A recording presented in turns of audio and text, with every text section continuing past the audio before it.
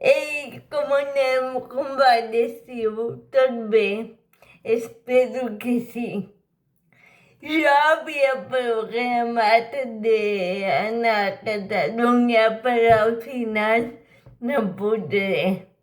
Tot i així, continuo parlant amb els meus amics catalans durant les vacances, sempre mantenint el català. Doncs us animo a mantenir el català també amb tota la gent que vindrà a visitar Catalunya. Així podeu ajudar-los a aprendre la llengua i difondre la llengua i cultura catalana. Va, feu un esforç. Mantenim el català a tot arreu i amb tothom.